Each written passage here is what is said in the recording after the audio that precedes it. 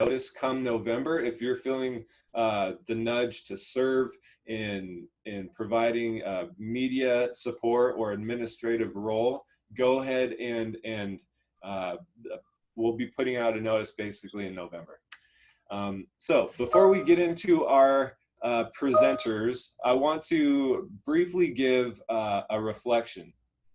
And this is kind of a typical theme that we do at Providence, one of my role. And sorry if I did not introduce myself for those who joined late. My name is Robert. I serve at the Providence Charity Clinic and also as your leader of the Spokane Homeless Coalition, which now is up to 91 participants in today's meeting. So we got 9 more spots left before we cap out at 100. But that's not to say that we have more members. I think it's 1,100 plus on the email chain.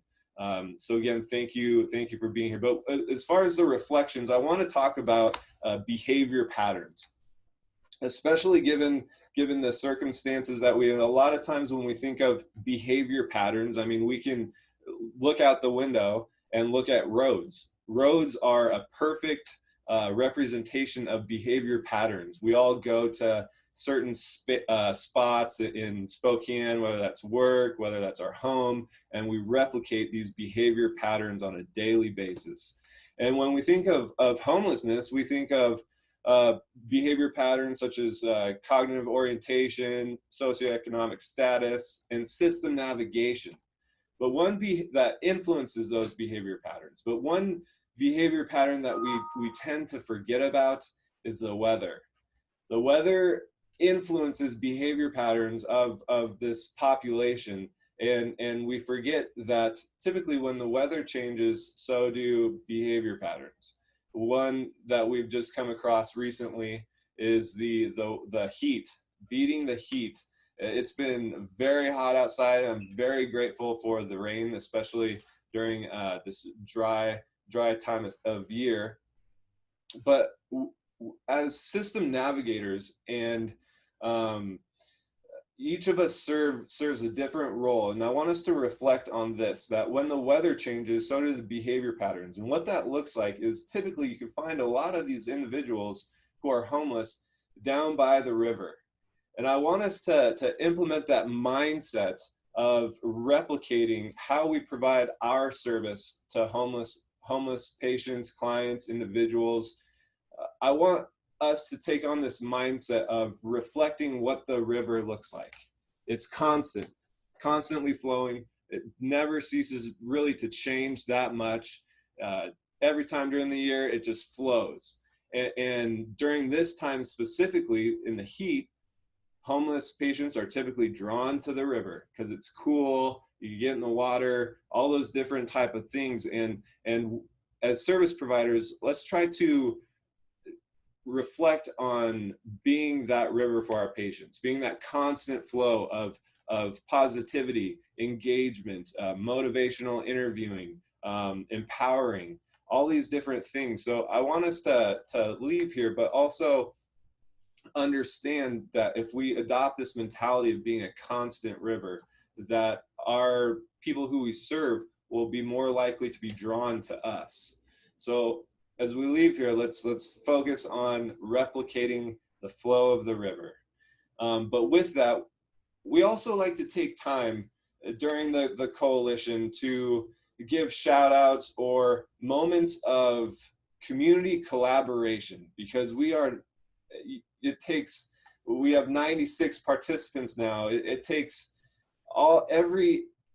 each of us serves a population in a different aspect of engagement. And so during this time, we give about 5 to 10 minutes I give the mic over to anyone who wants to share a moment of community collaboration. Let's say SNAP had a great collaboration with Frontier Behavioral Health, but just basically a shout out to each other for what we're doing. So I'm going to go ahead and leave the mic open here for about 5 minutes for any type of shout outs that you want to give.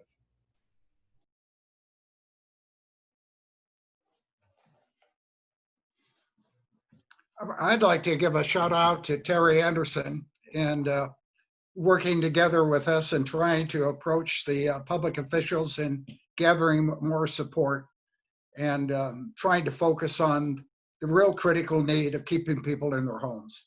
And I appreciate Terri's openness and being able to have constant contact with her. I think communication is absolutely critical at times. So my hat's off to Terri. Well, thank you, Steve. I was thinking the same thing back at you. I think that we have worked well together, and recognizing the need that rental assistance is key to our housing stability, and working together on that common issue has really been a really great experience. So thank you, Steve.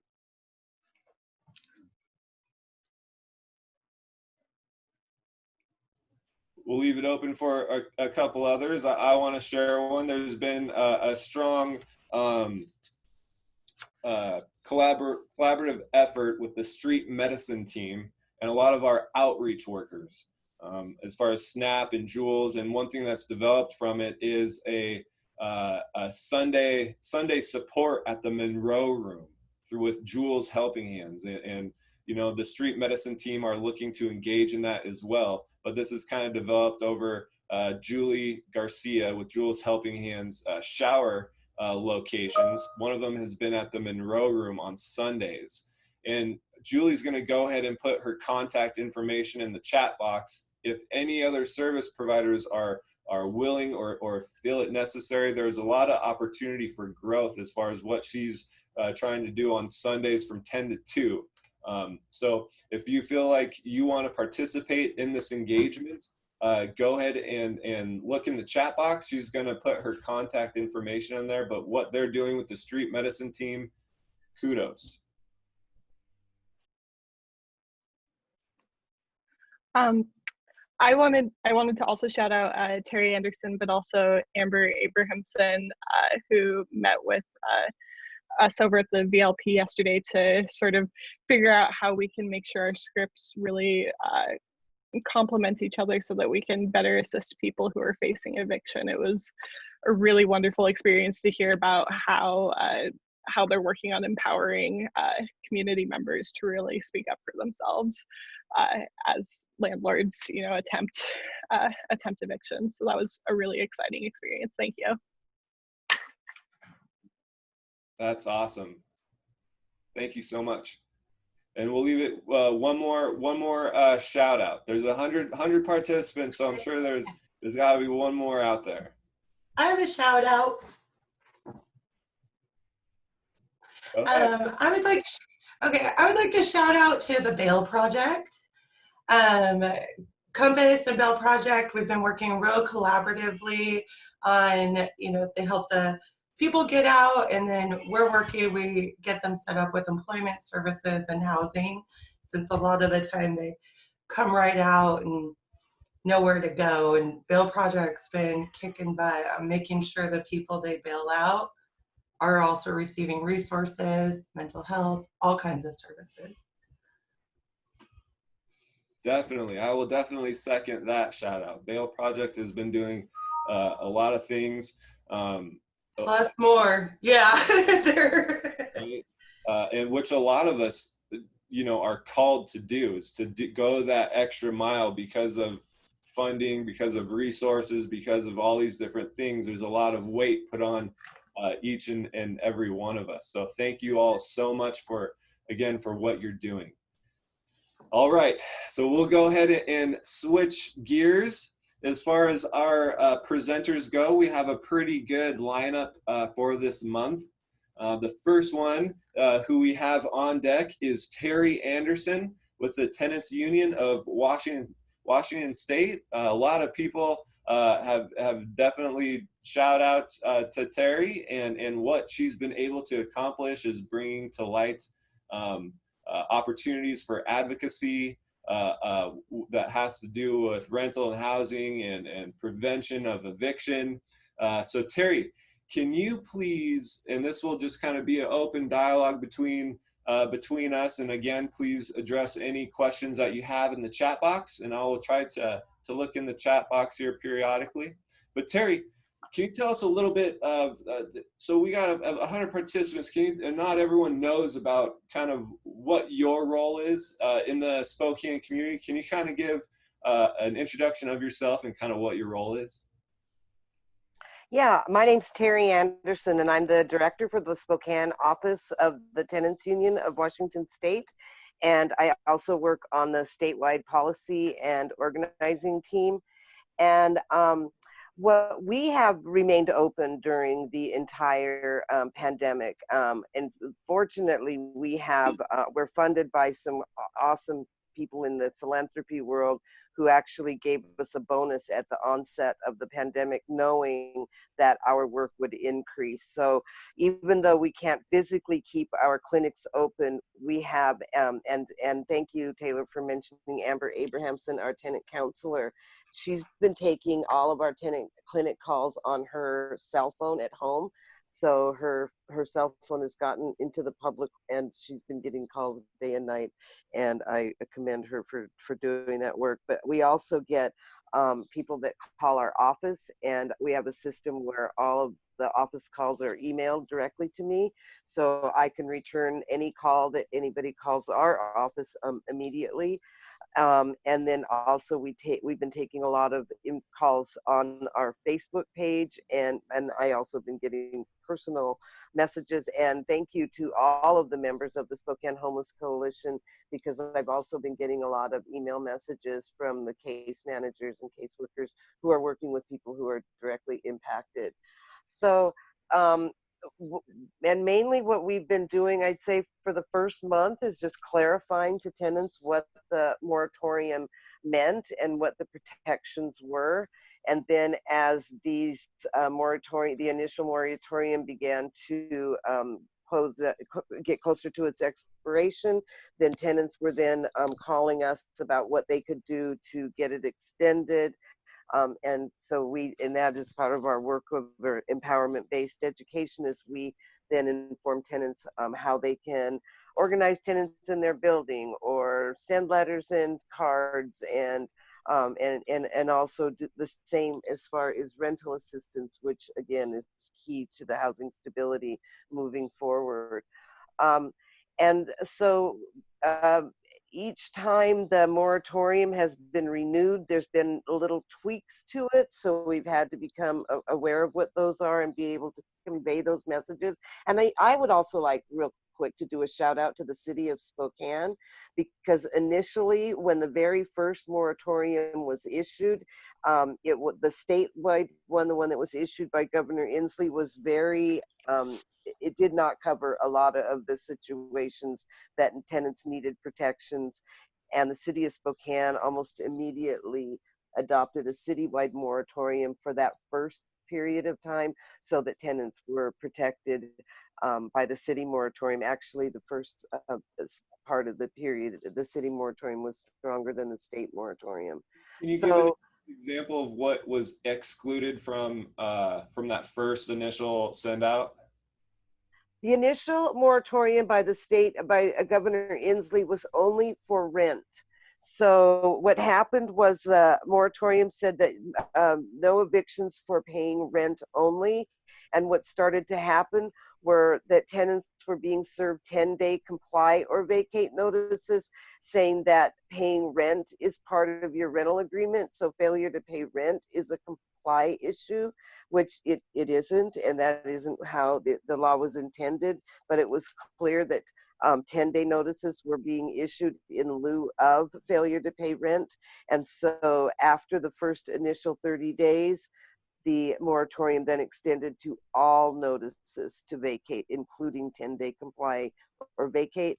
The city of Spokane, their first moratorium covered all evictions, not just failure to pay rent, because of that anticipation of those failure for those comply or vacate notices. Yes. So was that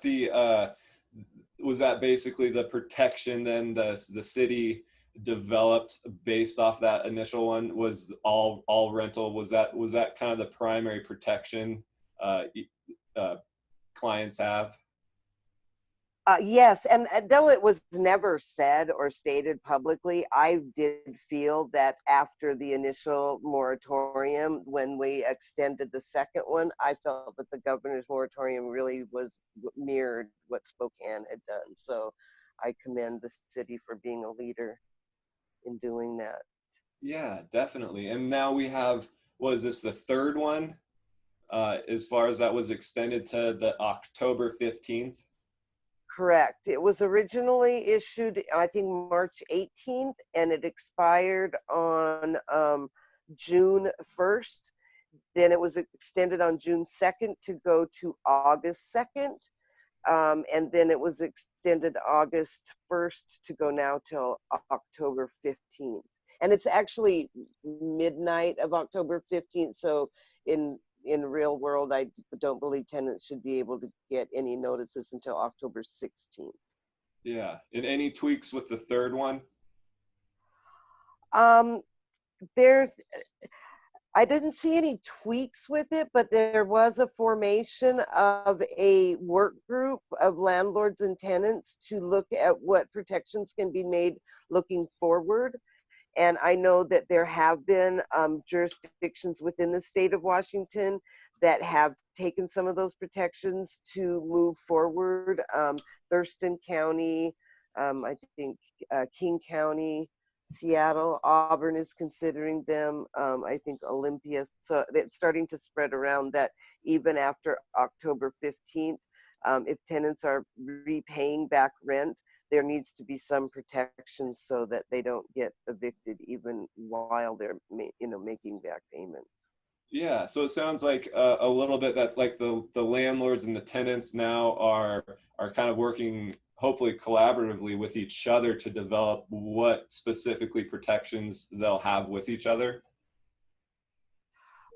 What both of us have recognized is that failure to pay rent is the number one concern because of so many people losing their jobs or being laid off or losing hours, and now the loss of the unemployment benefits through the CARES Act, which expired last week in Washington, that in order for tenants to stay current and maintain a current, because the moratorium does not, and I want to really emphasize this to everybody on the phone call, the moratorium does not mean that tenants are not required to pay rent.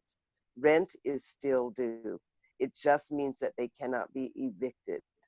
So I caution tenants, budget for it, do whatever you can to make sure that you can pay that, because these moratoriums did not forgive rent or cancel rent. Yeah. And so as they start to stack up, I mean, how long have we been? And when the moratorium was initially put into effect in Spokane on March 18th, I don't believe Spokane, I believe we were in single digit numbers for positive cases. On June 2nd, when the moratorium was extended for the longer period of time until August 1st, on that day, on June 2nd, Spokane had 13 positive COVID cases. And of course, now we're seeing cases into the triple digits, into the hundreds. And so this is really meant to be a public health protection as well, because eviction requires a lot of exposure for tenants to go to court, for tenants to move their property, for tenants to make arrangements to move. I mean, it just causes a lot of opportunities for transmission of the virus. And so for everybody's protection, it's safer to stay indoors, stay safe, stay home, and eliminate any of those possibilities of exposing tenants to the virus. And now that the numbers are higher, and I think that our concern is that these protections need to stay in place so that tenants can take care of their number one priority, and that's their own health, their family's health, and the health of the people in this community. Yeah. And would you say the primary concern, I guess with October 15th coming around, is that there's going to be a lot of basically accumulation of non-paid rent, where if this doesn't get extended past October 15th, it's just unrealistic for clients to come up with that rent or find the means or the funds to actually cover that, which will produce basically a tidal wave of people going into homelessness. Is that the primary concern, would you say? Yeah, the primary concern is that is also that even before this coronavirus pandemic hit, tenants in Spokane and tenants all across the country and the state were already rent burdened. We were already living with extremely low vacancy rate. Tenants were struggling to pay rent beforehand. Many communities that are impacted by COVID are the very same communities that faced eviction then and may have doubled up and tripled up in order to avoid living in a shelter or living in the streets. They're still homeless, but now they're living in much more crowded conditions, which makes it even more of a risk for the COVID virus. So it's all very connected, yes, but yes, that is absolutely our concern. And so when you think about that, people were already rent burdened. So if you're paying more than 30% of your monthly income on rent, now you owe 6 months back rent. No matter how you start dividing that pie and adding it to your current rent, you're starting to get into being, it's not sustainable. It's just, and that is just the reality. And so, yeah, that is our concern, that people will get so far behind that the protections aren't going to help. Yeah. And just going over now into the chat box before we switch over to our next presenter is the, let's see, it's from Karen or Ken Lee. Let's see, is there still a moratorium on camping on public grounds? How can the patrols evict camping homeless people with the moratorium? Camping on public land is a one of the housing as the moratorium was renewed, they added different housing conditions. So if you currently now, if you're staying in a motel for more than 14 days, you are covered by the moratorium. If you're staying in an Airbnb, you're covered by the moratorium. If you're camping on public land, yes, you are covered by the moratorium. And I think one of the ways that the city has addressed that is to provide adequate bed space so that nobody is removed and then put into an unsafe condition. I have been advising anybody that is doing any work on the sweeps or are meeting people who have been displaced because of a sweep and not had a place to move into, they really should file a complaint with the Attorney General. I don't know the answer. Our office, we aren't attorneys, so we don't file any lawsuits. And I would leave it to the professionals to investigate and make a determination. Okay, thank you. And the next one, it sounds like maybe from a landlord question. It says, I was in the middle of eviction when the moratorium hit and they shut down the courthouse, and so I ran out of time. The tenant hasn't paid since January. He was even still working at the time, and I believe he is now, but not communicating. He hasn't been cooperative to show the property, as I have to sell it if it's not, or if I can't get rent. And that's from Karen Fournier. The landlord has to recognize the right of occupancy.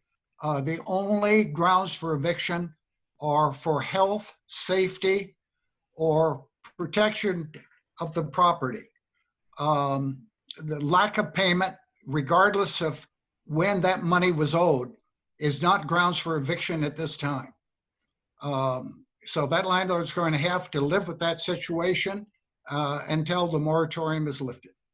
Okay, thank you for that, Steve. And before we move on, Terri, is there any closing remarks as far as how people can become engaged and advocate basically with you when situations come up like this? And please add any closing comments and chime in as we go on to the next presenters as well. You know, it's really been a challenge for us to organize tenants through this pandemic, because the tenants that tend to be the most impacted also are the tenants that have the least likely ability to be connected on the internet. So we have had 2 tenant meetings over this time as a Zoom meeting, and we'll have another one in August. And then mainly what we've been doing is one-on-one. So when a tenant has an issue, I contact them and they tell us their story. So we have met with public officials during the pandemic. We met with Kathy McMorris Rogers and Senator Andy Billick. Tenants have written out to the county commissioners, to the city council members. We wrote to the city of Spokane Valley when they were considering their CARES Act funds, and the city of Spokane Valley did allocate some of their funds for rental assistance, as did the city of Spokane. What we're concerned is that the Spokane County that received $92 million in CARES Act funds, they have not spent all of the money that they have been allocated, and they have not yet made an allocation for rental assistance. There has been an additional rental assistance from the state of Washington, Department of Commerce, that will help tenants. But again, when you look at the numbers that are showing of how many tenants are unable to pay their rent, the rental assistance that we have is not adequate. So we just keep telling tenants who contact our office, we engage them into a conversation with an elected official. It's really the only way they can have their voice heard right now. Yeah, it sounds like that rental assistant funding is pretty minimal as far as how many people that could actually help in Spokane. Would you say that's true? Oh, absolutely. My understanding is it's less than $1 million. The city of Spokane received a little over $6 million in CARES Act, and I think they've the money that they have had to spend just up until now is already taking up a good chunk of that funds, and what's left for rental assistance is probably less than $1 million, and I don't think that would even cover 1 month of back rent that is owed by tenants in Spokane right now. Awesome. Well, thank you, Terri, for being able to share what you do, and thank you for all your work that you've been doing in the community. It's very impactful, especially with all the people we serve. I want to please direct you to the chat box, as there were other questions that just because of time, I want to be respectful of everyone's time, that we weren't able to get to, but maybe you can reach out to those questions in the chat box. So again, Terri, thank you so much. And now, thank you. Oh, go ahead. Oh no, I said thank you, and I would like to answer a lot of these questions, and I did want to add to what Steve Corker said. The other exception to the moratorium is if a landlord is selling the home or intends to occupy the home as their primary residence, but they do need to provide a 60-day written notice prior to being able to evict on that. So there are a couple of exceptions, and that's so any help we can. And the other thing I wanted to say is Spokane County Bar Association is providing eviction assistance, and in anticipation of the moratorium ending in August, they've opened up their office now, which is awesome. And I see the flyer right there. And so if this is a good place to call if you're worried that you're hearing verbal notices, and if I keep hearing the word deadline from tenants, those are also prohibited. But this might be the place you would call when you're hearing those kinds of things and you're worried that eviction may be just around the corner. Great. Can you please send that out in the main the Homeless Coalition Google email chain? Yes, I will. And it looks like Amber also submitted the complaint link for the Attorney General's office. So that's the other one place that tenants need to go to if they're served with any of these Perfect. Thank you, Terri. Thank you. All right, now we have Daniel. Looks like you're up and ready to talk. Daniel, can you give us kind of the same introduction as far as who you are, what you do, and just go from there? Absolutely, yeah. Hey, thank you for having me. Good morning, everyone. My name is Daniel Klemme. I'm the landlord liaison for the Spokane Housing Authority. So if people are unaware of what we do here, we help administer Section 8 vouchers, as well as HUD-VASH vouchers, which is Section 8 for veterans that are experiencing homelessness and have a disability. I'm also the chair of the Spokane Landlord Liaison Network. And I'm going to kind of go into what we do as a network, and you'll be able to see all of the different organizations that we're working with. As well as I kind of have a unique position being I'm a member of the board of directors at the Landlord Association as a nonprofit or service provider. I've been working with Steve Corker and Roger Trainer for about 2.5 years now, since I started with the Supportive Services for Veteran Families program at Goodwill. It was just right across the street from the LLA, and we kind of forged that relationship from here, and that's one reason why Steve and I are here to talk today. Let's go to the next slide, and I want to kind of go through this quick because I know we don't have a ton of time. So here's the scope of work for this liaison group. A big goal is to increase rapid rehousing, housing choice voucher, and HUD-VASH utilization in our community. Creating and implementing a Spokane landlord engagement strategy. Receiving and providing education about ongoing housing issues, definitely with an emphasis on COVID-19. Working towards achieving HUD best practices for landlord engagement. I'll give an example of the best practice here in 1 second. Providing data-driven input on best practices to community partners. I really feel like data is a missing component because it's hard to say how many people are affected by COVID-19 paying their rent right now. And there is no answer. And that's one thing that it really bothers me. It's like, well, how much rent is owed in Washington? I can't give you an official number. I can say that just based out of King County and Pierce County, from April 1st to June 15th, it's $85 million in rent. So that's just in 2 counties in Washington. I could send out that data to the group if you would like.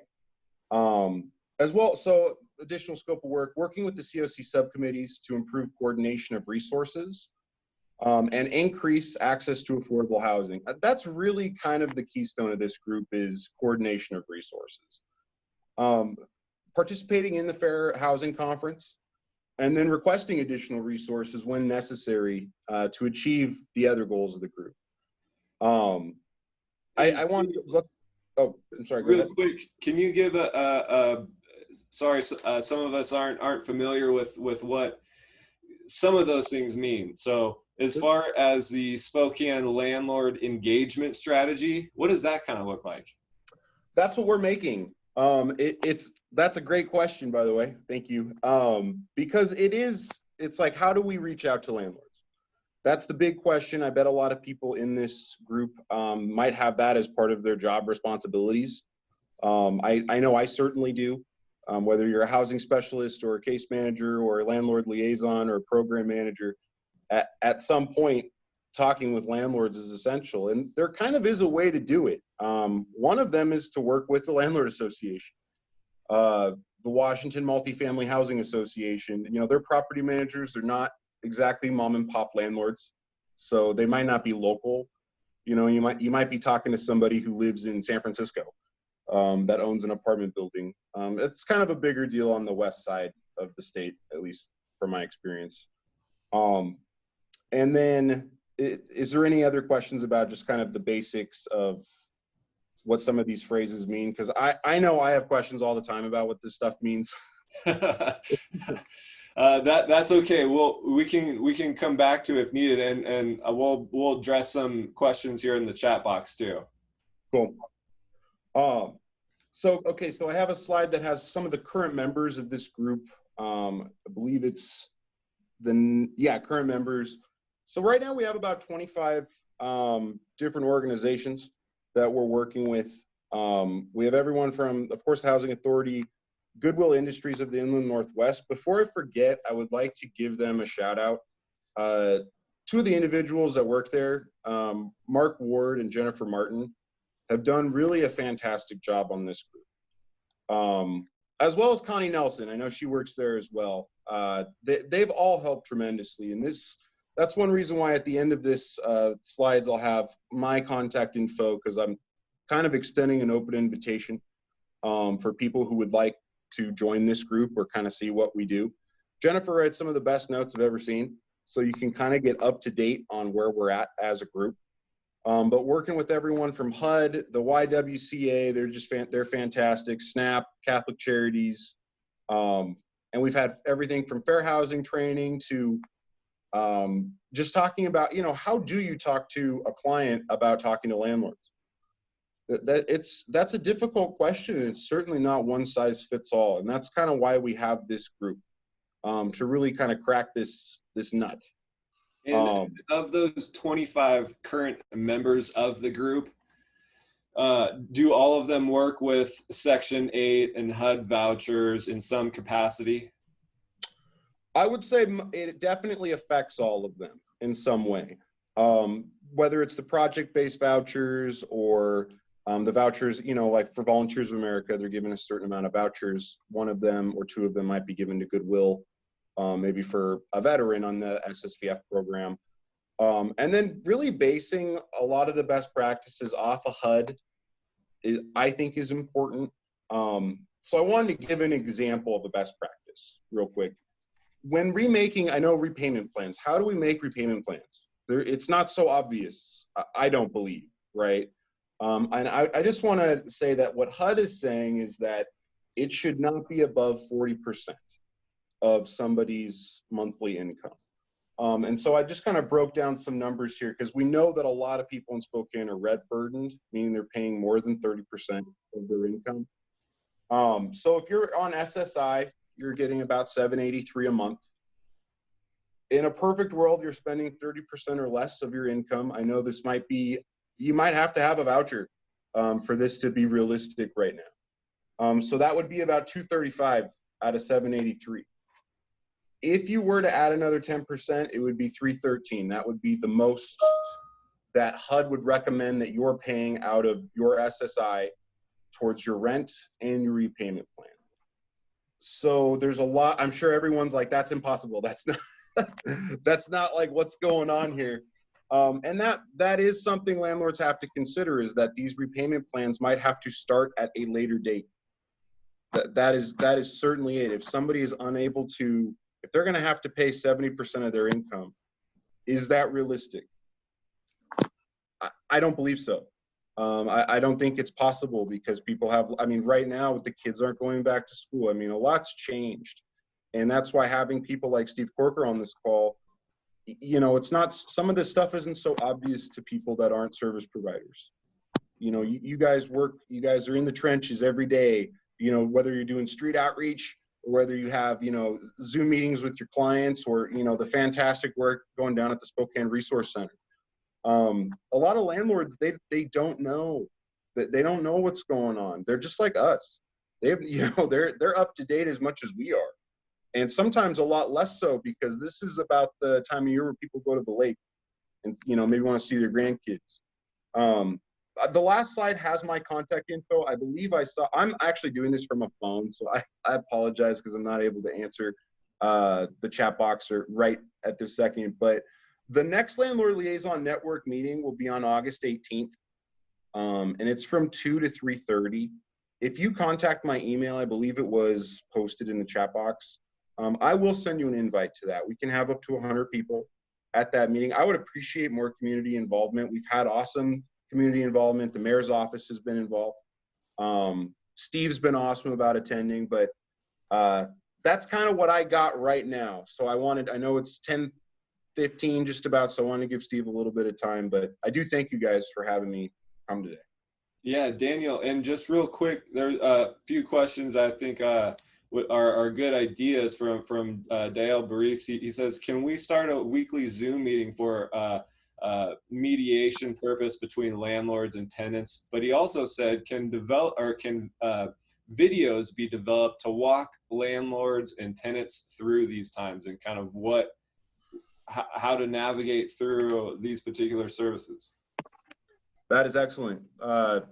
Great questions. I think yes, absolutely, because there does need to be guidance. And I think a lot of that probably needs to come from the COC or even this group. If we're talking about making a best practice on landlord engagement, part of what we're doing right now isn't just finding new units, it's keeping people in their current units. And that kind of confuses things when you have homeless services.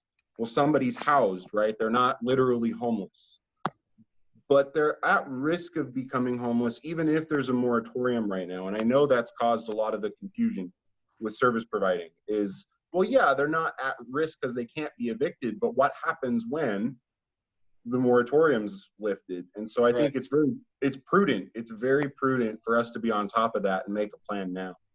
Yeah, Maurice, I think that's another opportunity for a documentary, maybe reach out there for some video support. Well, thank you, Daniel. I'll now direct you, Daniel, to the chat box if there are any questions that I miss, to please see if you can reach out. And again, Daniel's contact information was on that slide. Maybe you could put it in the chat box as well, Daniel. Okay, awesome. I'll do that. Thank you so much for coming. All right, see you guys. All right, now we've saved the best for last. Steve Corker, president of the Landlord Association. So Steve, can you tell us a little bit about what you do and kind of the same rundown as far as your involvement in the city of Spokane?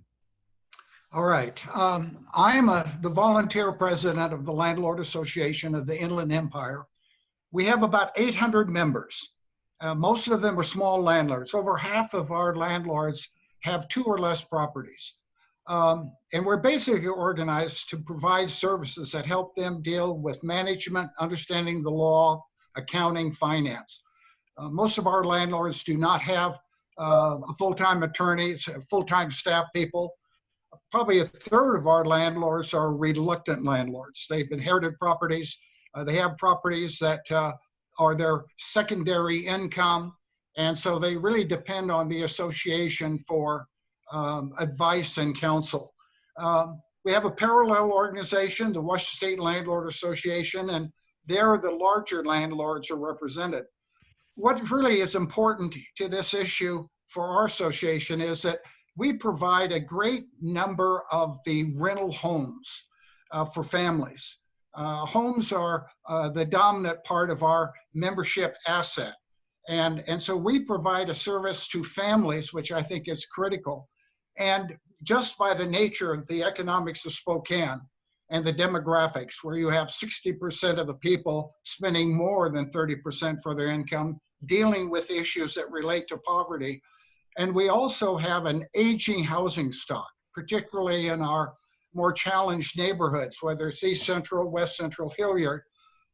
We provide probably the majority of low-income homes for people and families in need. And that's why I think our association is so critically important.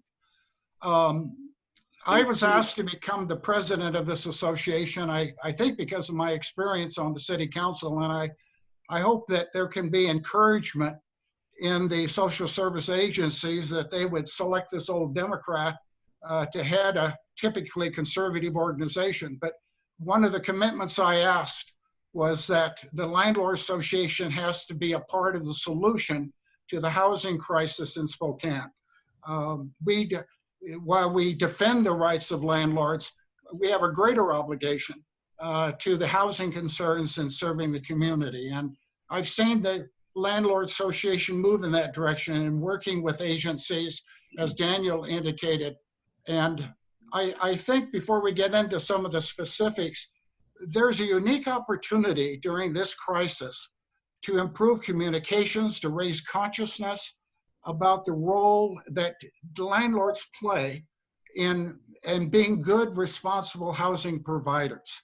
One of the jobs we've been doing is helping our membership understand what the eviction moratorium is. And we've had different standards as it relates to federal housing, to the state's issue of moratorium, to the county's attitude toward it, the city, who has their own policy statements.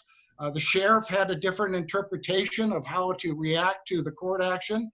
Even the courts have struggled with their different definitions about what is hardship and what are the grounds for evictions. And basically working with our membership in the summer and with an older membership that is not as computer friendly as I would have hoped, probably has been the biggest challenge we've had. During this particular crisis, we've been trying to raise the consciousness amongst the housing providers that the key issue is keeping people in their homes. No one's going to be served by massive evictions. 95% of the people who pay their rent out of the 42,000 units pay their rent by the 5th of the month, and they did that. And when we went into this crisis in March, that 95 payment rate carried on. When we went to April, it dropped to about 92%. When we went into May, it was still hovering at 90%. And that was an unusual statistic compared to some of the other communities. And it's a statement about the working poor in Spokane who deal with it in an amazing way. I mean, they take care of their neighborhoods. They deal with issues of responsibility that you don't have that type of success in a lot of the communities. The critical issue as we moved into June is that non-payment rate got down to about 85%. We're still dealing with the June figures, but I would say that we're probably about 80%. And one of our responsibilities in responding to the county commissioners who said, don't talk to us about money, you've got to give us facts. You've got to tell us what the costs are. And working with Daniel and working with others, we've been trying to collect that data. And we've been surveying.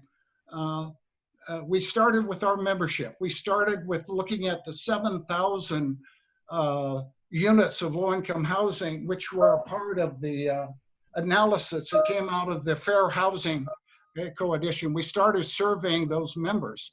And Spokane Ventures and other groups started telling us that their non-payment rate was between 15 and 18% as of the end of June. The national figures that are coming in basically are 20%, but we're seeing a little bit less in Spokane. It's probably closer to 15% in terms of non-payment. We've been looking at the homes. We've surveyed about 3,000 of the low-income homes, and there we're seeing about a 20% non-payment at the end of June. The critical thing is with July and August beginning with the suspension of the accelerated unemployment, that figure of about $2.5 to $3.5 million of need will escalate probably to the end of July about 5 million. If Washington doesn't act, we could see that figure basically increase from 2.5 to 3 million a month. Right now we have in the county and the city and the federal resources coming through the CARES Act, I estimate somewhere around $6 to $6.5 million. That would probably take care of most of the needs through June or part of July. Yeah, I rented my house out in Harper.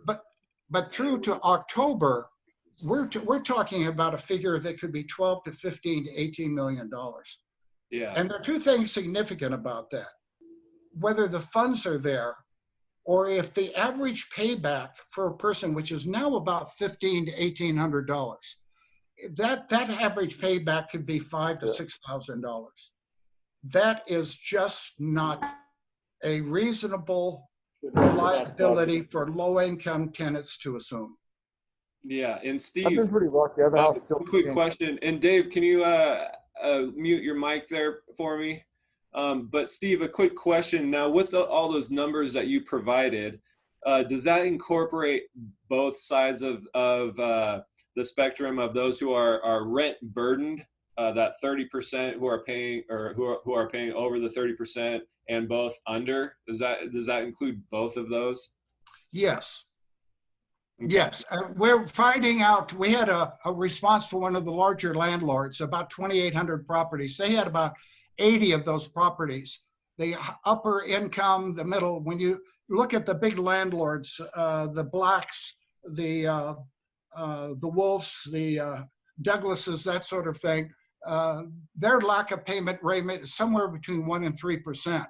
But when you look at the 7,000 low-income apartments and the 1,000 or 1,200 low-income houses, we're at 18% and climbing. And that figure could go to 30 or 40% if there isn't additional funding coming out of the feds, the stimulus, between now and October. Yeah. That would be a killer. Yeah, and Steve, with you know, again, I want to be respectful of everyone's time here as we come to an end, and we'll stick on afterwards for announcements and things like that. But with the 94 participants who are still engaged here, what would you like the message to be if they could relay information to tenants? Because a lot of these people work with tenants. What would that message be as far as either encouragement or just providing informed consent to who they're working with? No surprises. People have to talk. I tell my landlords, you've got to sit down with the tenants. You have to understand their situation, and you have to be working out a positive solution. 95% of those tenants have paid rent. A vast majority of them landlords want to keep. And so you may have to lose the battle to win the war.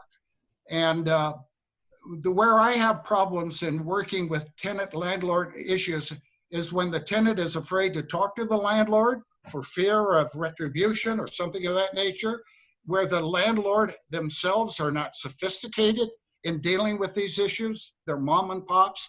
And that's where people like myself have to sit in and negotiate. I'll probably be going to court this afternoon involving one particular action to raise conscience. So communications, seeking outside assistance is, I think, the most important thing. Yeah, and what I type find out when they sit down and talk, they come up with solutions that are a heck of a lot cheaper than going to court, and a heck of a lot make more sense in solving the problem. And what type of mediation support are you aware of in the community that can be directed to us as service providers? What kind of mediation support is there available before it gets to the point where it goes to court? Unfortunately, the only really mediation that's taking place is by the agencies and the service entities that are trying to help the tenants. And it's basically the Center for Justice and the groups that are trying to bring the landlord around to understanding the plight of the tenant. We've had 2 meetings with mediation groups. They're primarily organized to solving problems in marital disputes, solving problems of business breaks up, dealing with issues that have to do with finances and domestic relationships. This area of housing is something they're not really accustomed to. That mediation service has to be expanded. And if we don't have a system set up to deal with the end of the moratorium, we're going to take away the possibility of keeping the humanity in this process, so that that we really create an environment of cooperation, sacrifice that gets us through this damn crisis. I don't think that the mediation groups that works out of the community center has the resources to even begin to cope with the issue that might come up. But I really believe that 80% of those cases that may challenge us after the moratorium is lifted can be solved by policy decisions, by a fair networking of the resources, the $6 million, so that we're basically back to dealing with that 5 to 7% historically have been landlord issues that have gone to court or are part of the eviction process. I really think that 80% of those cases can be resolved by good communications, by servicing, by compromise. I'll give you one example. We had a particular tenant. The husband and wife were taking care of a father who died. They got into problems. They lost their income, that sort of thing. It was cheaper for us to help that person transition, to help him move to the other side of the state where he had a family resource to help, to pick up the cost of dealing with that transition. It was half the cost of eviction. It was a win-win.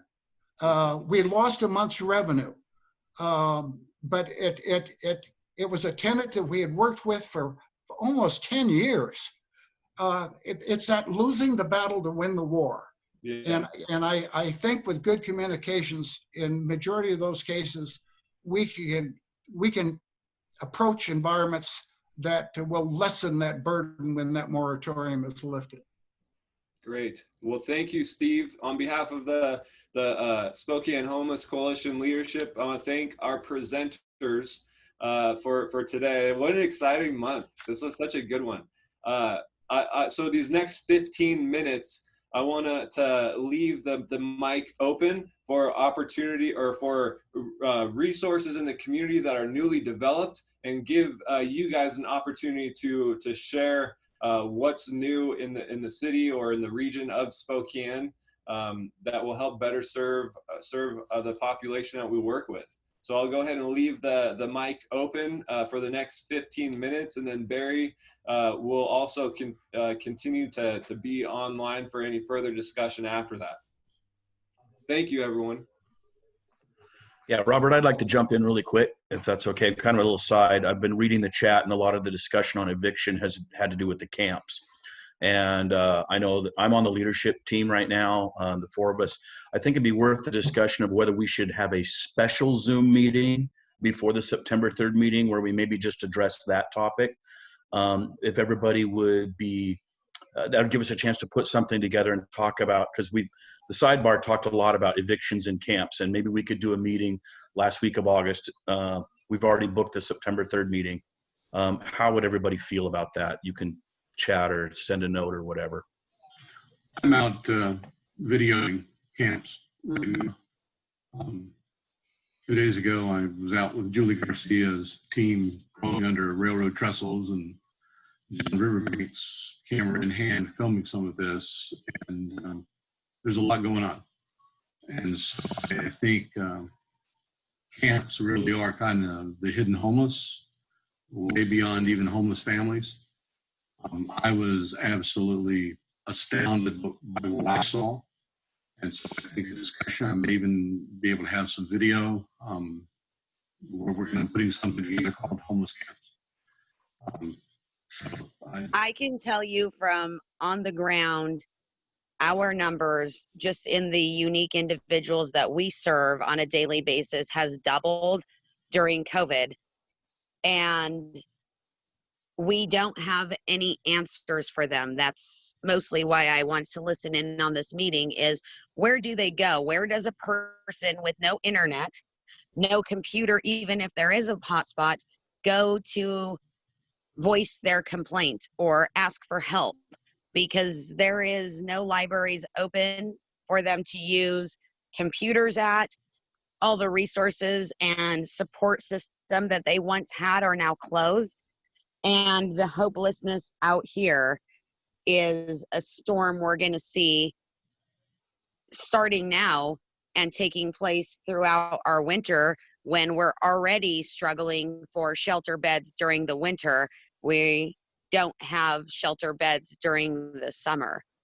Right. I see the problem becoming bigger than most people realize because they're not on the ground and they don't know how many unsheltered individuals we actually see on a daily basis. I'm going to beat the drum one more time.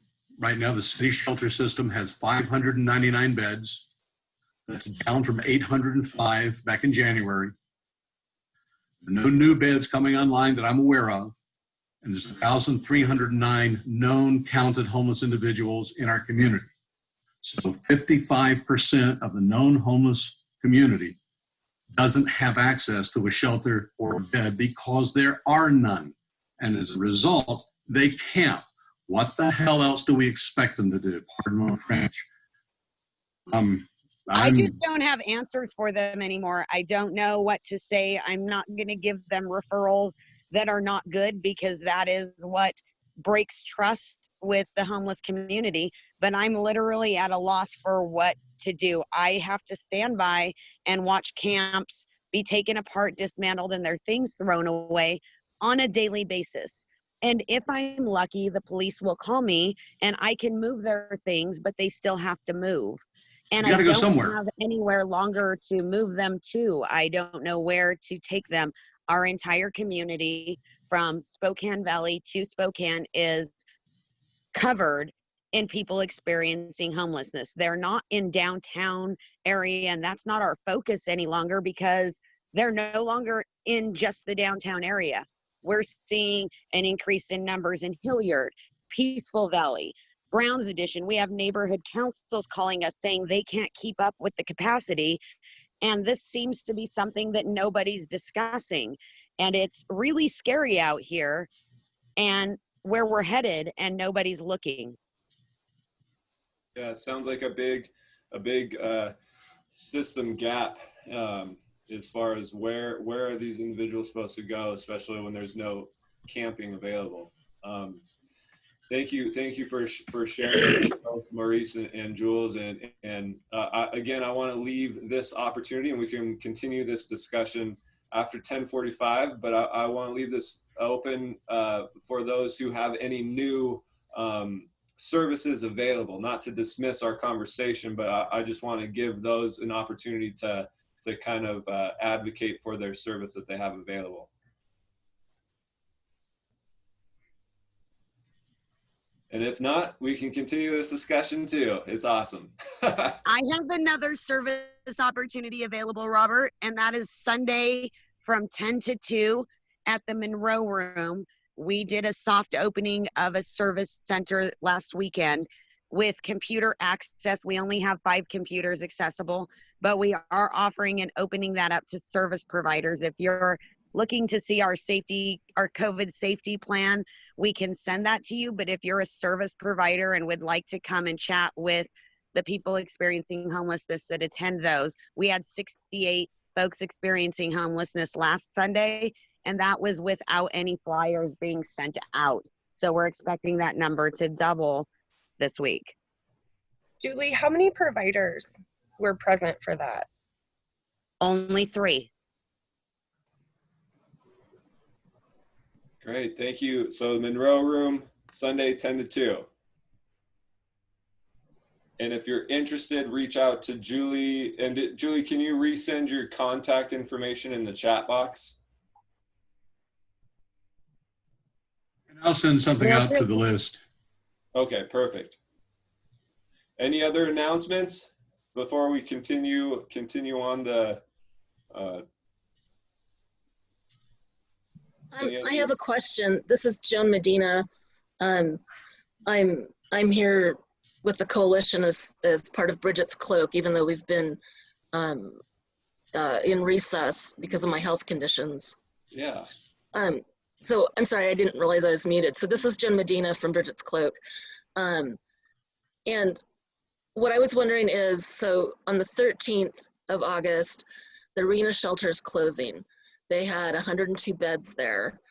And I understand that there is something else that is opening up, but I was wondering if someone could speak to that, where it is, how many beds will be available there, And is it going to be the same kind of services, you know, overnight emergency access, or is it going to be a different kind of a shelter, or can anybody speak to that? Yeah, I can speak to that a little bit.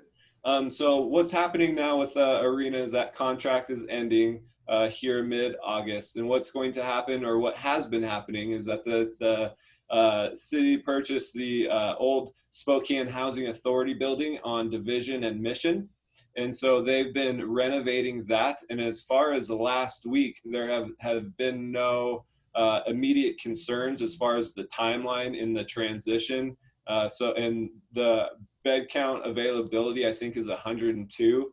And so the individuals from the arena, which I believe is the same count, will transition over to the Spokane Housing Authority building. Now, it's not going to be operated by the Guardians Foundation this time.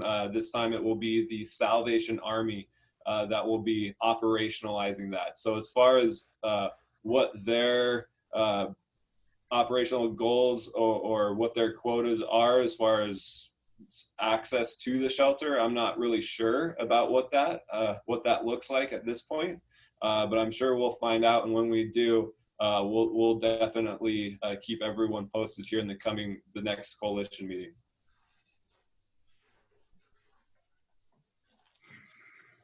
All right, well, if there are no other announcements, we can go ahead. I think Bob Peeler was about ready to ask a question. Bob, what's going on? There was something, you look like you had a question brewing. Oh, it's just a comment. Working with Jules and the other outreach teams, we are having to go out further north. I mean, I'm always past the new Costco.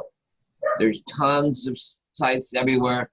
And all they can do when the police force them to move is tell them, you gotta hide better. They can't see you, they can't do a complaint. But with the 311 number, anyone can call a complaint, and the code, police, and waste has to respond to it. So with those parameters, we're trying to get them into safe areas where they can't be harassed. Yeah, that is true. We're almost in the position that Wake County, North Carolina was in a few years back, when the county and the city of Raleigh was ignoring their homeless problem. And then finally, they got involved in the point in time count. And they actually began counting and discovered that they had well over 7,000 homeless people in their area.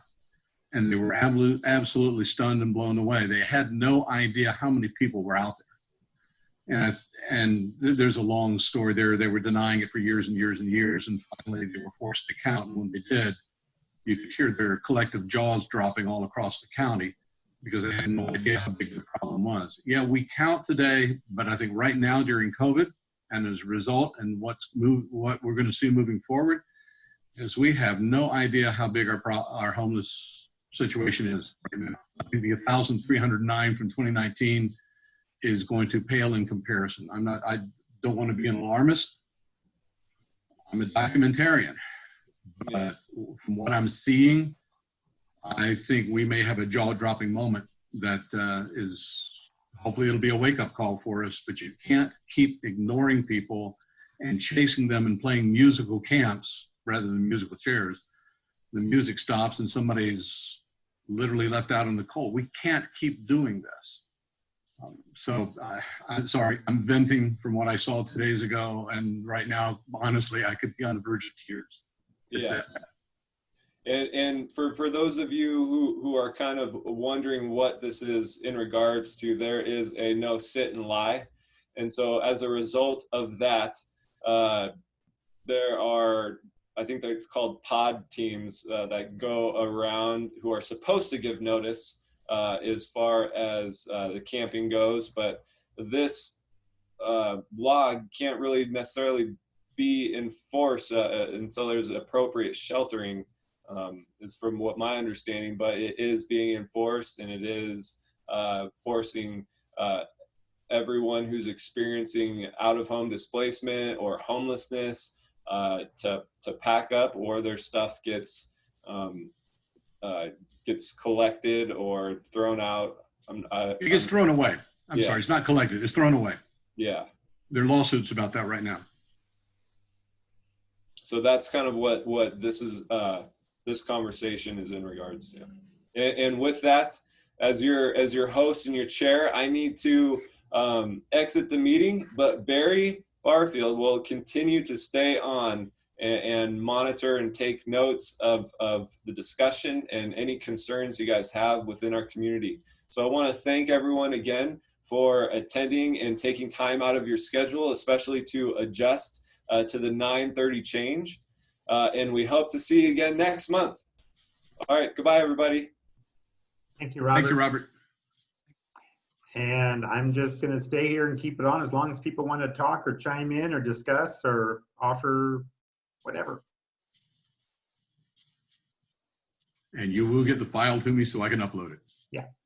We're recording this, and this will be posted on the Homeless Coalition site and on our Facebook page. I think I can also save the chat as a document. So there's a lot of info in there that if someone's mentioned, like, please help with this or help with that, I'll try to send that document on to the appropriate person who might be helpful. I have a question. I'm Tony Allen from the Native Project, and my question is about the new shelter that's going to be coming, the county building that was purchased. What is, if it's going to be homeless for COVID patients before as a staging area, what are we going to do with them in between? With the rest of them that are coming out of the arena? I'm worried about that, as we all are, I'm sure. Can anybody tell me anything about that? Well, I think what Robert just said is those coming out of the arena are going to the Spokane Housing Authority's building on Mission. And there's a similar number of beds, so they should be able to go there. I know the Catholic Charities in the city is expanding COVID isolation or quarantine at the Immaculate Heart Retreat Center up on the South Hill. That's going to be opening soon for folks with COVID. That's what I got. Anybody else have anything to answer her question? Yeah, this is Dale Breeze. And about that, the whole Spokane Housing Authority building there it was bought with COVID money, so there's a COVID restriction about how to use it. And so I think they're really trying to flip that really quickly because that's a requirement of that funding. So it might be starting early for the homeless, maybe by the due date of the shelter closing at the arena. And so, but that's, there's moving targets right there happening. That's what the city ordinance was about also, because they wanted to really officialize the plan and make it announced. But it was COVID money, so there's some little key restrictions. If they've changed it to just have a quarter of the building for COVID, but that's the plan right now. So maybe it's a combination of both. And we are under the understanding, who's going to run it? Salvation Army or whoever's going to run it? Salvation Army is running it. Okay. And also the question is, what about stuff? Are they going to provide any kind of containers for people's possessions to keep them safe? None of us know this. Anybody know it? I don't. The city's trying to do a pilot project on being able to store our folks' possessions. That's still in the beginning stages. Yeah, because unless their stuff is stored, I work at a medical clinic. And so when they come in and they have all their stuff, they don't want to leave it anywhere, and it prevents them from seeking health care. And if they have monthly problems where they need to do checkups and everything, they're not doing it because they're worried about their stuff. I'm sure it's the same with the camps, with everything being thrown away. If they don't know where they're sleeping at that night, and if they've got something to sleep in or on, then they're more apt to not come to a dental appointment or a medical appointment that is critical in their care. I don't know. I'm just throwing it out there. Just what can we do? Well, my concerns about taking their possessions is we're often finding that an abandoned camp will take everything. That's including ID, Social Security card, which are extremely hard to get right now because of the virus and stuff, and our folks aren't able to manipulate that system, which makes it hard for them to apply to get new replacements. I'm wondering, do we know if there's going to be any restrictions to entry for the new homeless shelter or anything? Like transgenders can go, you know, people. It stated that it was going to be low barrier. So Okay. that would include that. Thank you. At least as according to the rules. If it stays outside of the HUD funding, you know, that's where I think transgendered, it's not going to be an issue, even though, you know, because that's where HUD is the one that said no transgendered. So, you know, if the funding's private or if it's foundational, then, you know, I think that's going to be easier. And okay. Something I'm going to suggest is, because, you know, I think there's a possibility about having weekly check-ins for this group, okay? More than the once a month, Barry. And I don't know how it happens, but I just think there's energy that should be attended to, like predictable energy weekly, what's happening and such, and I know email's great, but I think these are, you know, let our minds happen. And so what would be a good time or whatever. And, you know, I'm a big idea kind of, but, you know, I would attend, but it's like getting it predictable. What would be, you know, it's an offshoot, you know, really the Homeless Coalition, but it's just, I think that would be a wise approach, you know. So just throwing out another idea. Okay, we'll try to run with it. One of the other barriers that I see happening that I found out as of yesterday is there's no shower or bathroom facilities at that housing authority building as of current. So the folks that were still showering at the arena will no longer have access to to showers until the city builds or provides them. So the Salvation Army building has no access to showers.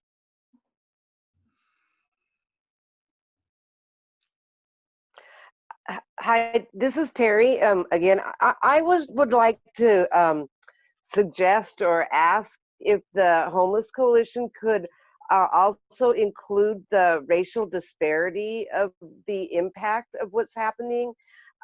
It seems to me that that's kind of something that's pretty obvious in a lot of the numbers showing who is able to pay rent and who is not able to pay rent is very much impacted by race.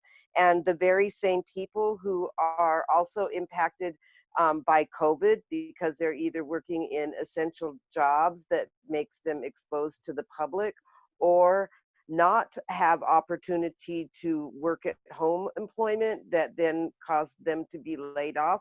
That same disproportionality impact of COVID is the exact same disproportionality of impact of evictions and rent burden and homelessness. And I think it would be important to include the points of views of the organizations that serve those communities. So for example, at our tenant meetings, we've had a lot of folks from the Marshallese community, because like I said, even before the pandemic, many of those families were doubling up and tripling up because of evictions or rent burden. And I think it would be important to hear those voices from those communities, and also the Black community with Black Lives Matter and all of the racial impact that's happening across the country. I think those voices must be included. So that's my request.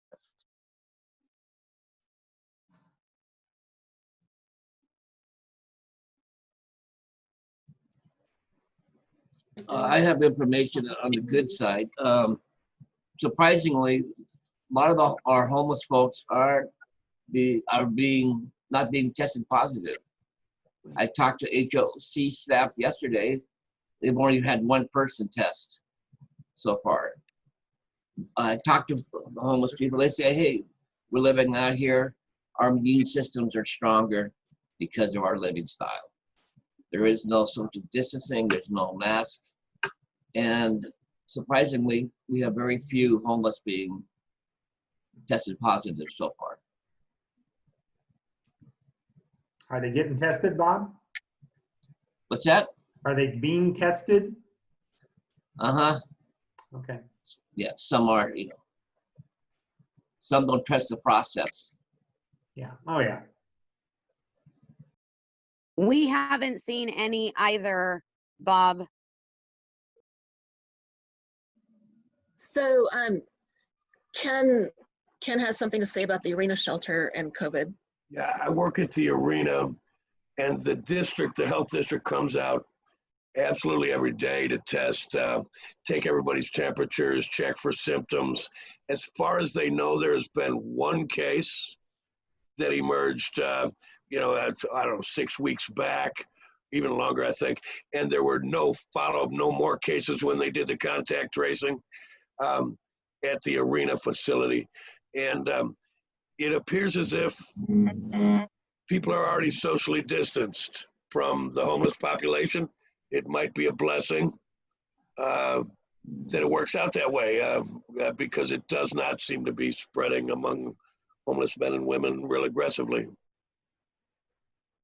One part of that I'd like to bring up is recently we have a program called Street Medicine where we have doctors, physician assistants.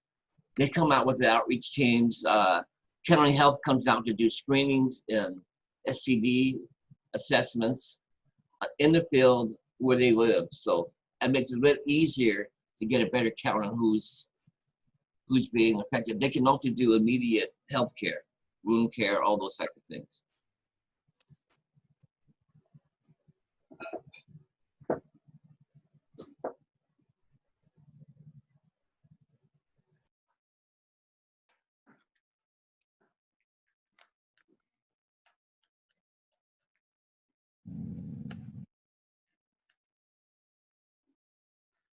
Anybody else? A question, something to offer, resource? I can say Compass, right now we're on housing placements about 2 to 3 a week, which is actually pretty good during this time. So if you have anyone who is experiencing chronic homelessness with a severe and persistent mental illness or substance use, send them my way and we'll get them taken care of. We also provide long-term supports for housing retention and housing readiness classes. Put your contact in the chat. Okay, thank you.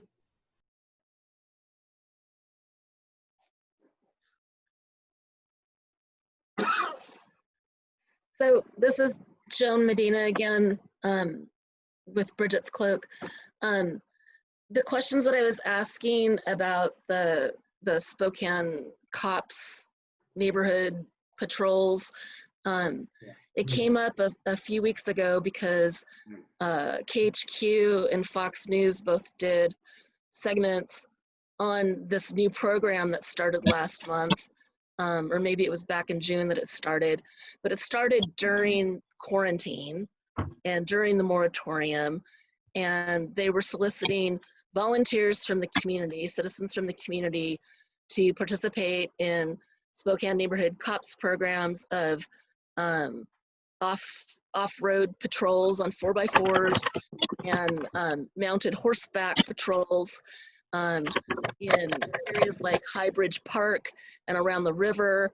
And the news segment talked about how they were specifically looking for transient shelters and transient camps to point them out to the authorities so that they could be, taken care of, which means the cops come in and force them to move and basically seize all of their property, all of their camping gear, and destroy it if they don't move, quickly enough. And I've been hearing from some folks through Facebook groups that the police aren't even giving them the required 48-hour notice.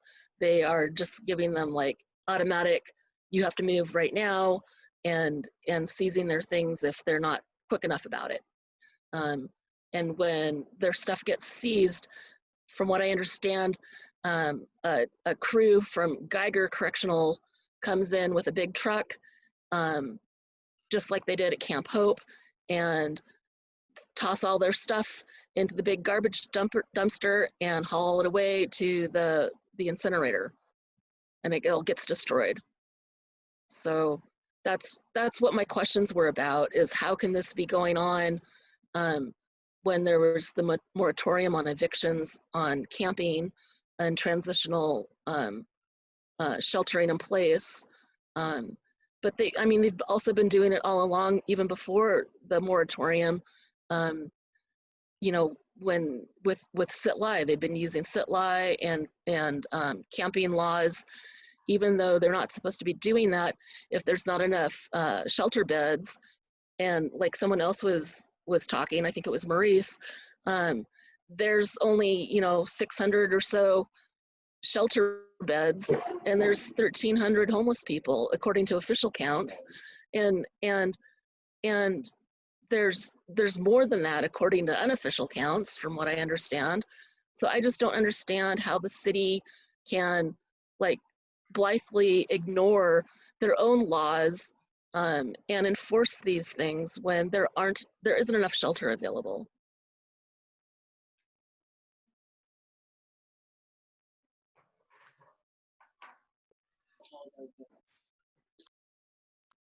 I have the same concerns and questions, Joan. I truly do not know where those answers lie. We have asked for questions, we have sent emails, we have asked everything regarding this, and we have received no response.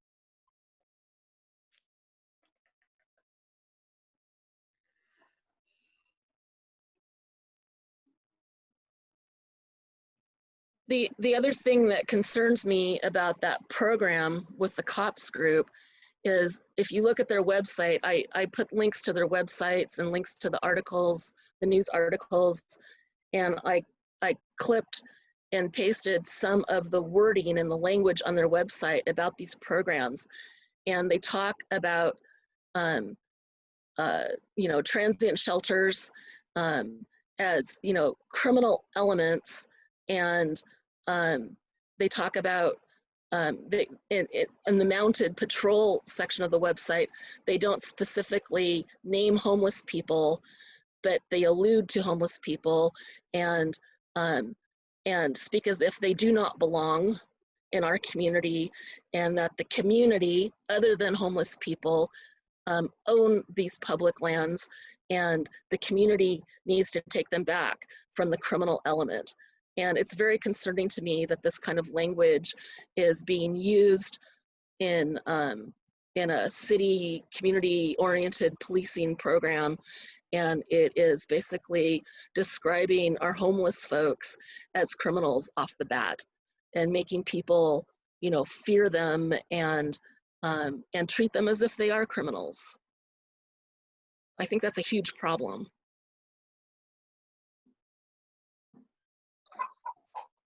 And in the state that our homeless folks are in that are unsheltered at this moment, they've been with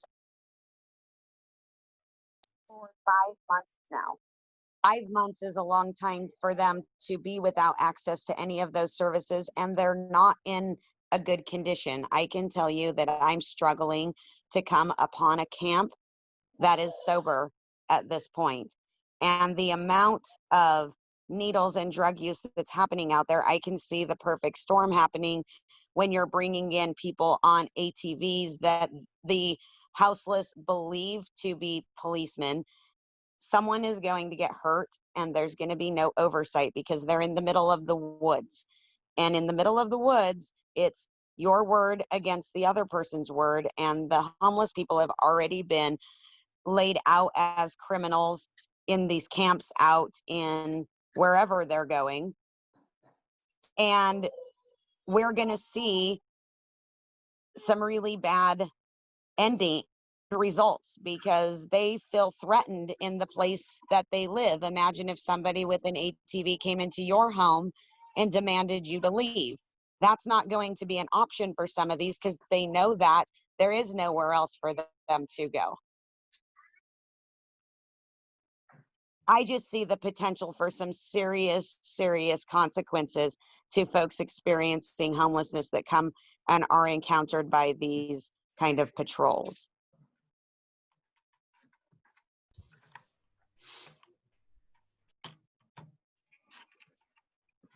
I guess to add to it, a concern I have about this same group, this snitch.com, I'm sorry, the neighborhood cops program that's recruiting homie hunters, has gone political during a presidential campaign, and their secret Facebook pages that you could be a part of have been openly attacking the city council members that have made efforts at changing the laws about police use of force and crowd dynamics. Good, bad, right, wrong. They're engaging in a angle that is kind of hard edged, and getting political, and you add that energy to it right now with recruiting homie hunters. It's I think we need to pay attention. We're not following any of our other laws. Are we stirring up energies that can really damage our community?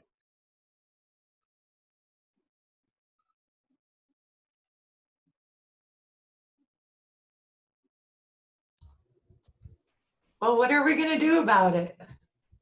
I say put garbage dumpsters close by. Yeah, because we can talk. We're the coalition, right? We should make a plan and do something about it. There was a suggestion about a meeting other than the one that's already got presenters scheduled for next month. I'm real open to that. Once the arena closes, I'm working 6 days a week as ombudsman at the arena. Once they close, I want to look real closely at what this neighborhood cops group is doing. I think as a 501c3 that has liaison officers with our police department, we should be able to have a very clear look at who they are, how they're funded, how their decision-making happens, and what they're actually doing, how they're training people. I want to get a good look at that, and I'd like to pay more attention. The other issues about not following our laws that relate to sit-lie, that relate to camping ordinances, because we don't have shelter space for all these people that are homeless. And additionally, not following the laws about this moratorium, and we're still just moving apace at evicting people from camps. That's another matter altogether that I don't know requires maybe legal action or something. I don't know how to deal with that. And beyond those laws, there's also the constitutional right to freedom of association and freedom of, personal property and safety, and in being in your own person. And those are being violated left and right. Yes. My only concern with something like this is I know that there's a lot of homeless camps out there. My concern is I can't take my family down to those riverfronts, stuff like that, because of the needle. You can't take his family down to Riverfront. You can. Well, what I'm trying to say, though, is that there's a lot of garbage being piled up around our riverbanks. There's a lot of garbage being piled up in our ditches. There's a lot of things being done that people aren't taking advantage or aren't cleaning up after themselves. Okay, but is that because those public grounds are not in the city? They're not providing 24/7 public toilets. They're not providing garbage cans to put the garbage into. I mean, the city creates a situation where they criminalize things like public urination, and then they do not provide anything for people who are homeless to go and urinate in privately. And if they do provide it, it's disgusting and not taken care of. Like Julie posted that picture of the outhouse up in Hilliard. That's bullcrap. That should never, nobody should have to use that for their bathroom. That's No, I agree with you. I mean, the point is, though, is that, these families that are paying and doing, everybody's paying for this. Everybody should have access to this.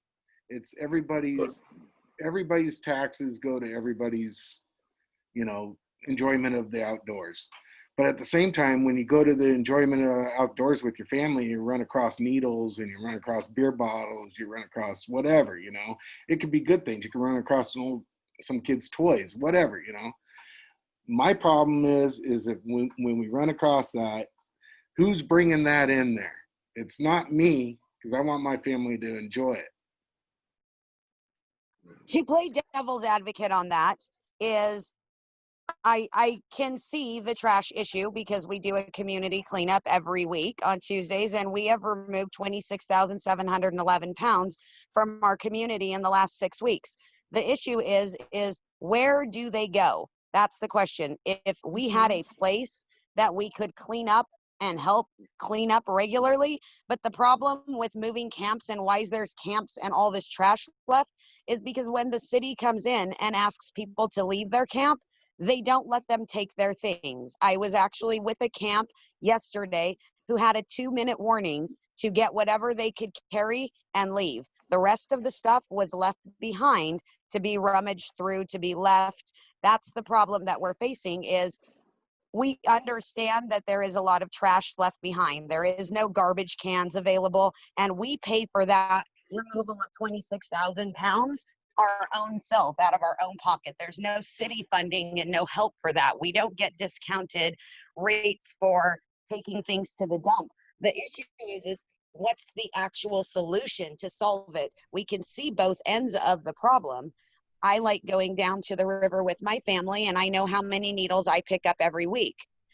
But where do we take them is the issue, because the parks are getting kicked out, downtown is getting kicked out, and we literally don't have one bed that's available to anyone. 2 nights in a row, every bed in this county was full. And we still served 580 unique individuals out in our community. That's the actual problem is it's not just they're sleeping. They don't want to camp in the middle of a park, but there's no beds or low barrier enough beds for them to get into. And that's where the core of this ending the cycle of homelessness has to start is there has to be a place for people to get better.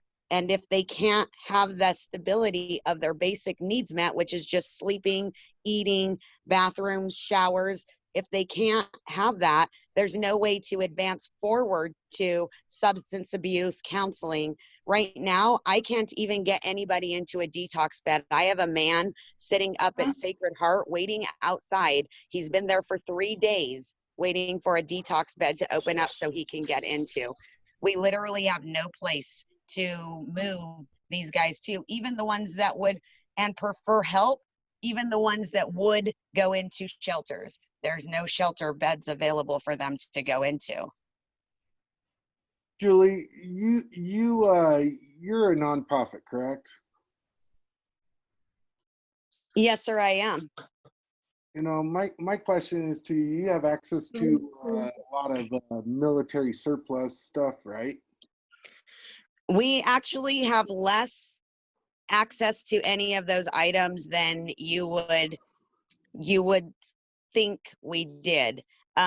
Most of resources for the homeless out on the street that are unsheltered come from community support, because most of the places like the CARES funding that's going out now to help with people with COVID, most of us don't qualify because you had to be incorporated before March of 2019. So even like our service center where we're trying to get people in and access to places, there is such strict requirements for nonprofits that we have to rely on community support and community funding. So I guess what I'm trying to get at though is, I mean, I run across a lot of auction sites that have military surplus with them, and a lot of them include tents. And some of these tents are 60 by 100s. I don't see why we couldn't have a couple of these tents set up somewhere and have these people be able to be housed in a military tent with military, you know, bathrooms, kitchenettes, whatever, you know, and put them on something where, you know, somewhere where the city or somebody or the county might be able to allow it. Literally, that is an option that we have examined thoroughly. We would love to have that. It's the space available, who's willing to allow them to use that space. We have, between most of the nonprofits that still work on the street, we have the capability of cleaning, helping, and getting that running, functioning. It literally is the location. If we had access to that, we could set that up in a relatively short time in a very cost-effective manner. It also needs to be really close to services. It needs to be close to grocery stores. It needs to be close to bus lines. It needs to be close to all of the services that people would need to be able to access so that they can go about their, their daily business, whether that's headed out to their job or whatever. And they need access to things like showers. Yeah, and the military do have containers or bathroom containers, whatever you want to call it. There was actually JA Stout Auctions. They're actually located out in Airway Heights. They actually have showers and bathroom facilities that are portable. So the other thing is, the weather's going to be changing here in the fall, and are outdoor accommodations like that going to be realistic during the winter time? A lot of those military tents are set up for furnaces and AC units. Cool. Well, perhaps I have my information in the chat. I wouldn't mind exploring this option with any of you that would like to talk about it. Feel free to send me an email. We can set up a Zoom call, or we can have social distance coffee and perhaps explore some of these options, because at this point, we are to the point of realizing that what we've done for 50 years has not worked. No. Our numbers are increasing, doubling faster than we can keep up with them getting even access to services. Last week, we did 87 referrals. And we did 87 referrals knowing that there is no money in any of those programs, but we don't have another option but to continue the same path.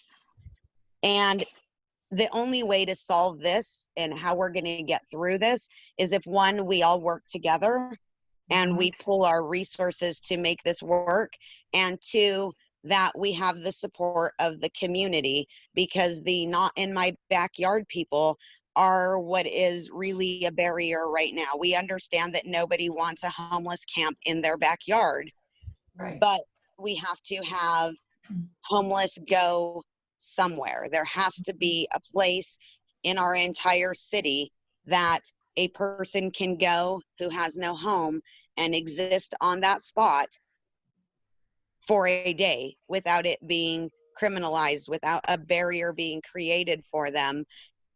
And if we don't start thinking outside the box, out of the traditional, you go into the building, you check in, you're drug free, and you stay the night. If we don't come and start thinking outside the box, we're going to get to a point where we can't manage. And I hate to use the Seattle is dying video, because I just think that's a ridiculous depiction of homelessness. Right. But that's where we're headed. And if you don't see it, I suggest that you take a drive through our city and you just turn your head in every direction. You look at any given street in our town and you will find homeless people, homeless camps, and people panhandling on every corner and behind every building, because that's the reality of the situation now, whether we want to look at it like that.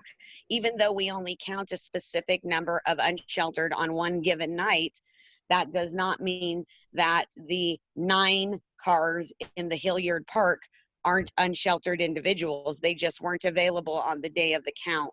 And Maurice's unduplicated numbers are a closer depiction of our actual homeless population, which last year at this time gave us 11,083 people experiencing homelessness in our county.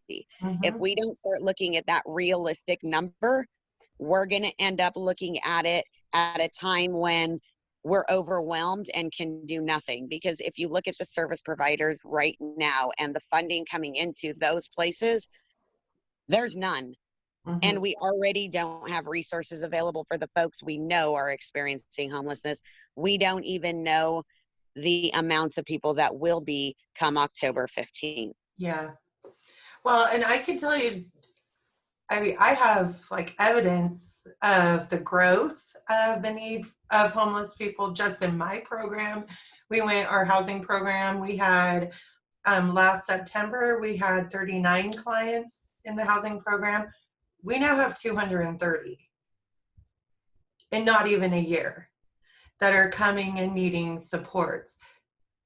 And I know part of it is getting the word out, but that's a lot for one company, you know, for all of our outreach workers that we have been sending referrals to, their caseloads are full. We literally are overwhelming them with people because they're people that we meet that have never been homeless before. This is new to them. They don't know there's resources. They don't know where to go. And these are new people to homeless. These are not in our HMIS system. These aren't people that have ever accessed services before. These are people that literally were kicked out of their house and their stuff put on the front porch, and they carried away with them what they could carry. And now they're living behind the Lowe's building or behind Bulldog Liquor or in places that are definitely unsafe for them to be, but they don't have anywhere else to be. Right. And it's not just, we know this, it's not just people who are experiencing substance use. I just had 2 weeks ago, a woman called me sobbing. I wish I could play her voicemail because her husband died. She didn't have any, his name was on everything in the house, in the bills. She lost his retirement. She doesn't know how to do the paperwork because for Social Security. Her husband managed all of that, and she's really sick with cancer. And she got kicked out, and she's living in a hotel and only had another week's worth of money. I mean, it's everywhere, and it's everybody. So it's literally heartbreaking. It is. It's terrible. Finding the property that is needed to house these homeless camps, correct? That is is finding the property to do it. It isn't about getting it set up, because one of the things that we have been successful in doing is bringing together service providers.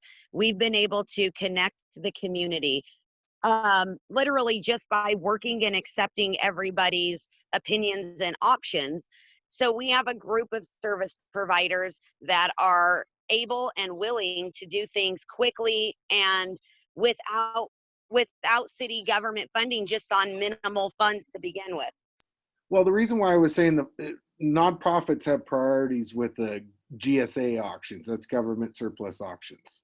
So educational services, whatever, has first priorities to any surplus auctions. So you need to look into those. GSA is a government surplus auction site. You can look it up. They have them on there. You can search throughout the whole country. They'll have plenty. I will look into that. Thank you for that information. Once those are established and you do have those tent sites, then I say, look, let's go out and look for a piece of property and let's set these things up. And sounds good. I know Julie will follow up on this because I've known Julie quite a while and she gets things done. But Jason, she also needs people like you. She has a whole army of them who do these things. So if you're motivated to do it, contact her and she will turn you loose and she will empower you to get this stuff done. I will sit down a day with her and show her how to get about it and figure out a way to find some property. I guess that's going to be the next step. But we got to get these tents, if that's the problem that they're having, where they don't have a place to put them. Well, I will definitely follow through with you. If you can post your email in the chat, I will send you an email so that we can get in contact with each other. That's the way Julie works. She is a dynamo, and she attracts other people to be dynamos with her, and a lot gets done. And she's only one person. She needs other people there working with her to support her. Awesome. Good talk. Thank you guys. You guys are so amazing. Did I tell all of you that I appreciate you all very much and what you do? We appreciate you. Thank you, Julie. I gotta go. Bye, guys. Okay, well, I'm the host of this thing, so I'm just keeping it. I'm not going to turn this thing off until everybody's gone. So if anybody still wants to talk, go right ahead. Well, I left my information in the chat. I have some houseless friends that need showers now, so I'm going to go provide those. Okay, you go, Julie, and I will. Like I said, Thank you, guys. The chat will stay up until I turn it off, and then I will also save it if I can after that. So it'll be there for a while.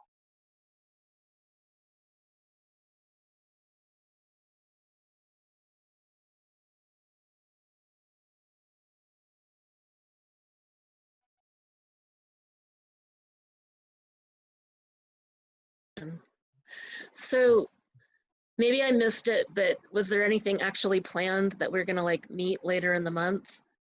No. And have another Zoom? It was suggested, you know, and I've got notes on it, and I will follow up with the leadership team. Now, the leadership team, it's 4 volunteers, basically. I'm a volunteer, Julie, Robert, and Rob. We're volunteers. Yeah, I think there's probably is interest, and it definitely would be value to have a weekly one of these. But I know that, you know, I'm currently not employed. I will be employed in about a month. So it's just, you know, it's hard to, it's like, okay, well, is some, like, and I will kind of say what I just said about Julie. We might, the current team might be able to pull off a weekly Zoom meeting.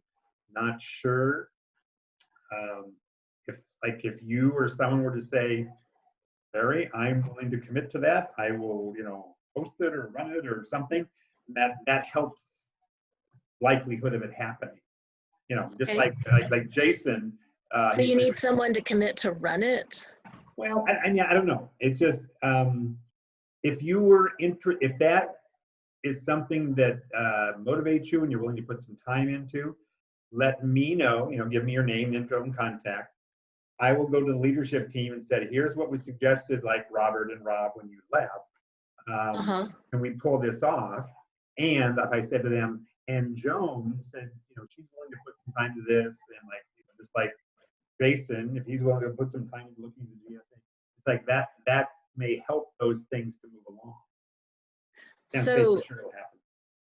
So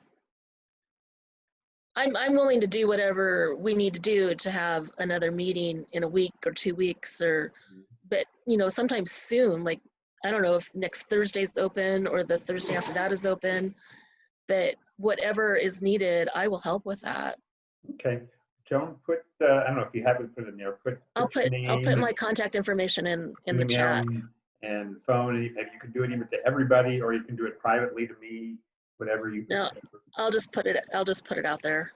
Okay. Briefly, I wanted to bring some up when Jason was talking about, you know, safe family use of public space. I'm all for that. But it's a little complicated. It requires some unpacking and disentangling, because it always goes to sharps and human waste. And sharps disposal, proper sharps disposal, and proper hygienic, you know, lavatory access would be a solution that I don't think addresses the sense of safety that some are seeking about use of our public space, because they see homeless camp and their sense of safety is gone, and they don't have to see the human waste or the sharps. And that is a horrifying problem, human waste and sharps disposal. That you have to kind of, I wonder if we can disentangle that, because it's more than a generation that some of these spaces that people say, oh, we can't have them in those spaces, they've been using those spaces out of the way, hidden near our river, near our parks. I'm not saying it's all ideal, healthy use, but it is use that's been, pretty uninterrupted except by the whack-a-mole game that the law enforcement plays. For a very long time, those public spaces have been used as homeless camps. And so we're still violating our laws about camping laws by evicting them without shelter space, and we're violating our laws about this moratorium by evicting them during a shelter-in-place order. And I'm not sure, I'm not sure whatever we do about sharps disposal and human waste, I'm not sure we solve the problem about this sense of safety some are seeking. Yeah, I get it.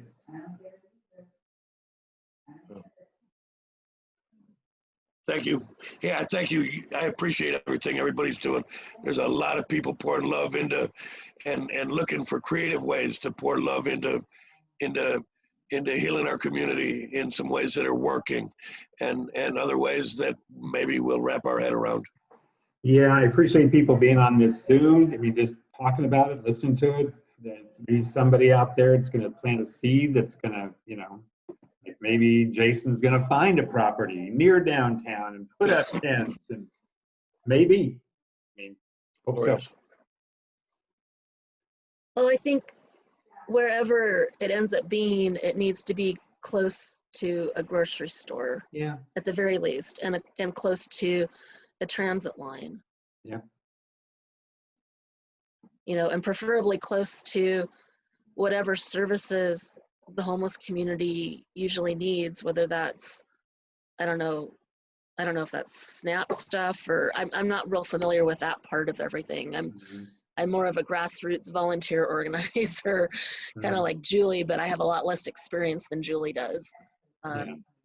So, yeah, I'm not familiar with all the different social services and things that folks need, but preferably near something like that. And I don't even know that Envision Center that, started, 2 summers ago, or was it last summer? It seems like it was a long time ago, but I guess it wasn't. I think it was 2 years now. Yeah, so that Envision Center, no, it was back in 2019. That was last summer. Okay. Yeah, because it was after Camp Hope. So, I don't even know if that is still even running, or I know that last year when it opened and those first few months, it seemed like it wasn't very well staffed. Like people would go to get services, and the service provider that they were trying to reach wasn't even there, and so I think it was well intentioned, but it wasn't very well executed or funded. I think it's gotten more effective as time's gone on. More providers are showing up. They're more often. When it first opened, it wasn't very busy at all, but I think it's getting more usage. But is it even open now during the pandemic? Oh, that is a good question. Because what I was hearing from I think people you're was right. I that think none it's of all. these services are even open. There are no in-person services. That's a good question. I don't live too far from there. I'm going to go by and just see. Yeah, because if there's no in-person services because of the quarantine situation, and the resources that people used to have, like the library where they could go and use the computers and get online if they didn't have a device to get online, all of that is gone for them. And I don't understand how people are supposed to connect and hook up. Well, I need to move on. I'm going to leave this meeting open, but I personally have to do some things. So anybody that's still in there, you can keep talking. But thank you, Joan. I will follow up with your contact. Okay, thank you so much for having these meetings and having these chats. I really appreciate it. I love doing it. Bye-bye, everybody.